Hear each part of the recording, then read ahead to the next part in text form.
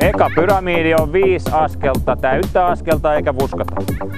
1, 2, 3, 4. No olipas se lähellä. No niin.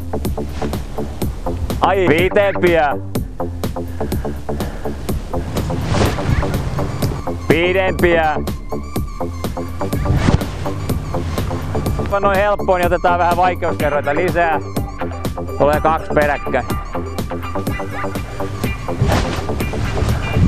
Oi, oi, oi, oi, oi.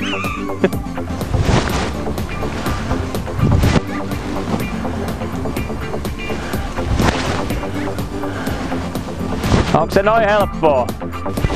No olihan se helppoa.